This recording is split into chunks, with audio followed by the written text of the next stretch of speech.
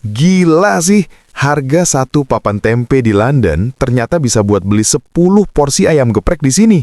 Kok bisa? Makanan yang sering dibilang makanan rakyat ini tiba-tiba jadi rebutan bule-bule dan harganya jadi seharga steak daging.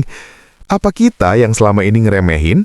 Atau emang tempe semahal itu di mata dunia? Penasaran kan? Nah, kalian tonton video ini sampai habis.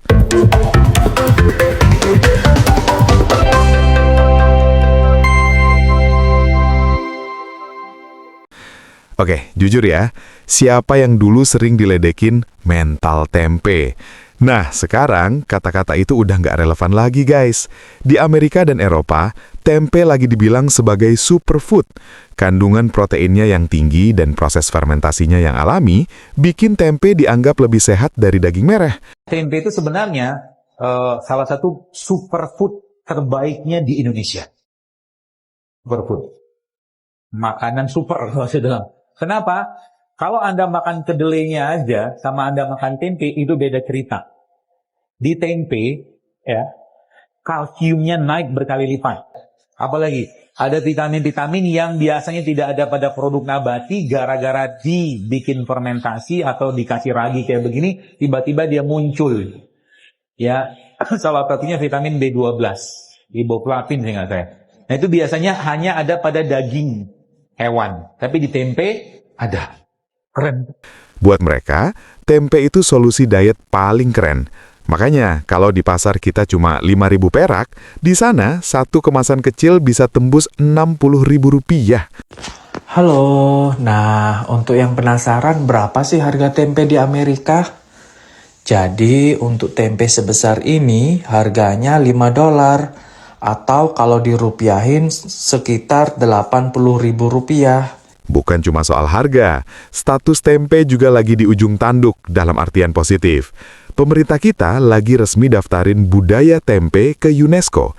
Targetnya 2026 nanti, tempe sah jadi milik Indonesia secara internasional. Dan kalian harus tahu, UMKM kita udah makin gokil. Sebagai contoh, di Bogor, udah ekspor ke 12 negara. Daerah kalian banyak tempe. Ini gue baru tahu ternyata tempe itu bisa diekspor loh. Dan udah tembus hingga ke 12 negara. Jadi waktu di India, gue ketemu tempe Azaki, produsen tempe asal Bogor. Mereka udah ekspor tempe ke 12 negara sampai ke Jepang dan Amerika Serikat. Dan nggak cuma tempe frozen, mereka juga bikin tempe chips, protein bite, sampai ready to eat tempe yang packagingnya keren banget. Yang bikin gue kagum adalah orang luar negeri nganggep tempe sebagai superfood, penuh protein, antioksidan, serat, dan probiotik. Padahal di Indonesia sendiri masih banyak yang nganggep tempe itu cuma makanan murah. Total ada 27 negara yang udah ngerasain nikmatnya tempe asli Indonesia.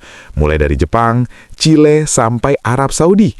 Mereka nggak cuma makan tempe goreng ya, tapi udah ada inovasi, kayak keripik tempe premium sampai jus tempe. Mereka juga bikin tempe chips, protein bite, sampai ready to eat tempe yang packagingnya keren banget. Tren ini makin kenceng karena selebritas dunia juga ikutan. Nama-nama kayak Alicia Silverstone udah lama ngefans sama tempe. Bahkan di Korea, tempe mulai masuk ke menu-menu diet sehat mereka. 요즘 즐겨 먹는 음식은 템페예요. 다니가 추천해줬는데 또 제가 콩을 이렇게 많이 좋아하는지 몰랐어요. 너무 맛있어요. 그럼 꼭 드셔보세요. Jadi, kalau lo masih gengsi bawa bekal tempe ke kantong atau sekolah, mending pikir ulang deh. Bule aja antri loh buat dapetin ini, masa kita yang punya malah malu. Sekarang, tempe udah nggak bisa dipandang sebelah mata, gengs.